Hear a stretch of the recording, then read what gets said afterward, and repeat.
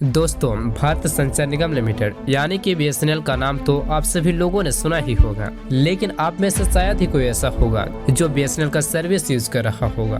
हम सब जानते हैं कि एयरटेल और जियो के सामने आज बीएसएनएल का क्या हाल है, लेकिन क्या आपको पता है एक समय ऐसा भी था जब बीएसएनएल का यूजर एयरटेल से भी ज्यादा तेजी से ग्रो कर रहा था और ये इंडिया गवर्नमेंट की सबसे बड़ी प्रॉफिटेबल कंपनी में से एक थी। जबकि इस समय की बात करें तो आज इसकी हालत ये है कि प्रॉफिट तो छोड़ो, ये अपने एम्प्लॉय को सैलरी तक नहीं दे पा रही है। दरअसल बीएसएनएल कई सालों से लॉस पे चल रही है, जिसके चलते साल 2006 में इसका मार्केट शेयर 31% था, लेकिन आज सिर्फ 6% रह गया है। यहाँ तक कि 2021 में भी 7,041 करोड़ का लॉस हुआ था, क्योंकि 2016 के बाद से ही हमेशा से ही एक जनरेशन पीछे रखा गया।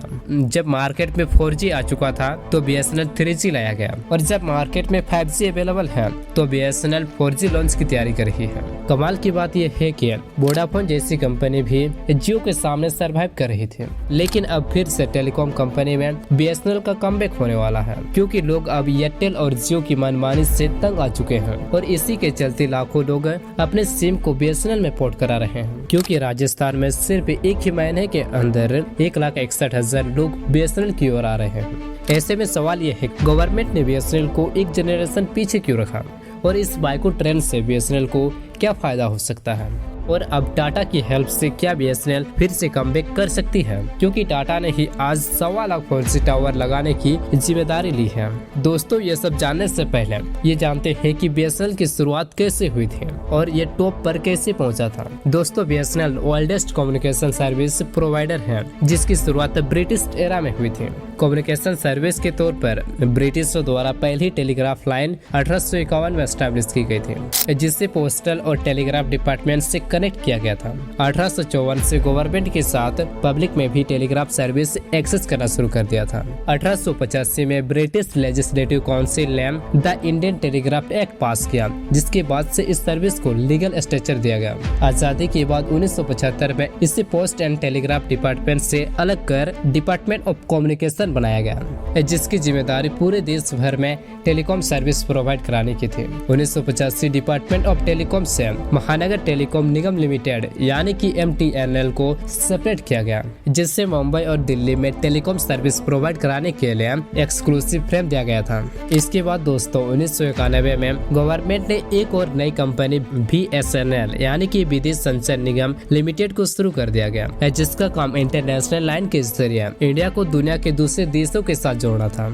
इस तरह 1991 में डिपार्टमेंट ऑफ टेलीकॉम के अंदर दो कंपनियां MTNL BSNL नेशनल और इंटरनेशनल लेवल पर काम कर रही थी। अब क्योंकि दोस्तों इस इंडस्ट्री में टेक्नोलॉजी काफी तेजी से बदल रही थी, इसीलिए गवर्नमेंट को अपनी पॉलिसी में लगातार बदलाव करना पड़ रहा था, और इसी बदलाव के दौर पे 1999 के दौरान गवर्नमेंट ने department of telecom co dot और DTS में बांट दिया, जहाँ डॉट का काम सिर्फ पॉलिसी बनाना था, जबकि लोगों को सर्विस प्रोवाइड करने का काम DTS को सौंपा गया था, और साल 2000 में इसी DTS का नाम बदलकर BSNL कर दिया गया। दोस्तों, इस तरह से इंडिया के अंदर BSNL की शुरुआत हुई थी।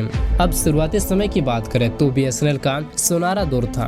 दरअसल उस टाइम BSNL लोगों की बहुत बड़ी जरूरत को पूरा कर रही थी, जिसके चलते इसके ग्रो करने की रफ्तार भी काफी तेजी से बढ़ रही थी, और कुछ ही सालों में ये एयरटेल को पीछे करके मार्केट का किंग बन चुकी थी।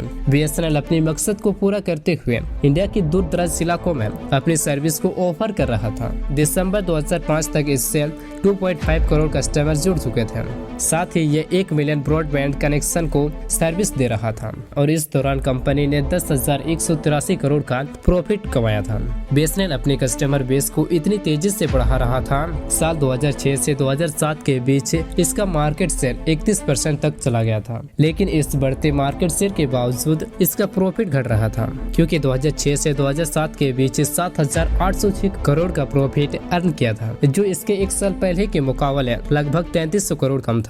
यहीं से इस कंपनी का स्ट्रगल का एक ऐसा सिलसिला चला, ये अपनी पुरानी पोजीशन पर कभी वापस नहीं आ पाया। लेकिन आखिर BSNL के साथ ऐसा क्या हुआ जो एकदम से गिरने लगे? दरअसल BSNL के साथ पहली कंट्रोवर्सी 2006 में हुई थी, जब उस टाइम के टेलीकॉम मिनिस्टर दयानिधि मारन ने अपने भाई की कंपनी सन टीवी नेटवर्क को फायदा पहुंचाने के लिए ये BSNL का मिसयूज किया। दोस्तों, इस मामले का CBI जांच से ये पता चला दयानिधि मारन ने BSNL के 323 टेलीकॉम कनेक्शन को मिस यूटिलाइज किया था, जिससे बीएसएनएल को करीब 1500 करोड़ का नुकसान हुआ था, जो इस कंपनी के लिए सबसे पहला लॉस था। साथ ही इसी वजह से लोगों के बीच कंपनी की इमेज को भी काफी नुकसान पहुंचा था। बीएसएनएल इस खराब हुई इमेज को जल्द से जल्द सुधारना चाहते थे, लेकिन 2008 में 2G स्कैम हो जाता है, जो भारत का सबसे बड़ा करप्शन स्कैंडल में से एक था। इस स्कैम में स्पेक्ट्रम लाइसेंस मार्केट वैल्यू के मुकाबले बहुत ही कम प्राइस पर एलोकेट किया गया था, जिससे गवर्नमेंट को लगभग 1,76,000 करोड़ का नुकसान उठाना पड़ा था। एक्चुअल में उस टाइम की टेलीकॉम मिनिस्टर एराजा ने कंपनी को नीलामी की बजाय पहले आओ और पहले पाओ की नीति पर लाइसेंस दिया था, जिसमें कुछ प्राइवेट कंपनियों को बहुत ही कम प्राइस पर स्पेक्ट्रम मिला था। लेकिन जब यह मामला सामने आया तो बड़े लेवल सीबीआई इन्वेस्टिगेशन शुरू हो गई और काफी कंपनी के साथ बीएसएनएल के टेंडर की भी जांच होने लगी, जिसकी वजह से कंपनी के काम स्लो हो गए और मार्केट में नए नए कॉम्पिटिटर उतर रहे थे और तरह तरह के प्लान ऑफर करके अपने इंफ्रास्ट्रक्चर को मजबूत बना करके कस्टमर को अपनी ओर अट्रैक्ट करने की कोशिश में लगे हुए थे। लेकिन इस दौरान बीएसएनएल पूरी तरह से सुस्त पड़ा हुआ था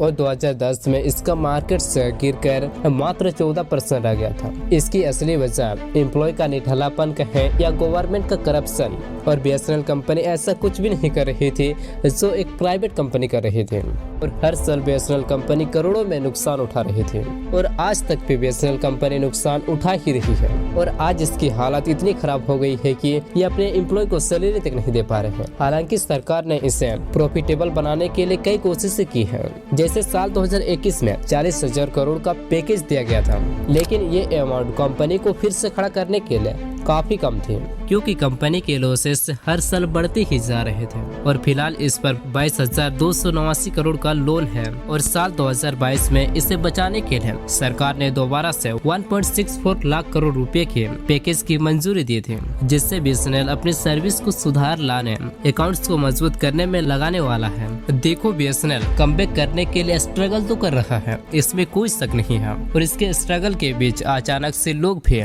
इसकी तरफ शिफ्ट होना शुरू हो जाते हैं। ये सब मुमकिन हो पाया है जियो और एयरटेल की मनमानी की वजह से।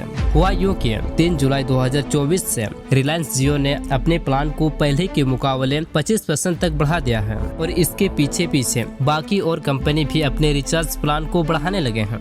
अब लोगों को समझ आ चुका है कि पहले कैसे फ्री सर्विस देकर लोगों को आदत बना दी गई और बाद में उसका प्राइस बढ़ाकर फायदा उठाया जाता है। साथ ही कम कॉम्पिटिटर की वजह से कस्टमर के पास से अब बहुत ही कम ऑप्शन बचा है, यानी लोग इन प्लान को महंगे दामों से लेना तो नहीं चाहते हैं, इनके पास दूसरा कोई ऑप्शन नहीं है। ऐसे में इन सब से परेशान होकर लाखों लोग बीएसएनएल की तरफ स्विच होने की तैयारी कर रहे हैं, क्योंकि बीएसएनएल, एयरटेल, जियो और वीआई के कंपेयर में रिचार्ज प्लान आधे से भी कम में उपलब्ध है। इसके चलते सोशल मीडिया पर बॉयकॉट जियो और बीएसएनएल की घर वापसी का हैशटैग तेजी से वायरल हो रहा है और बीएसएनएल भी काफी स्ट्रगल कर रहा है अपने आप को इम्प्रूव करने के लिए।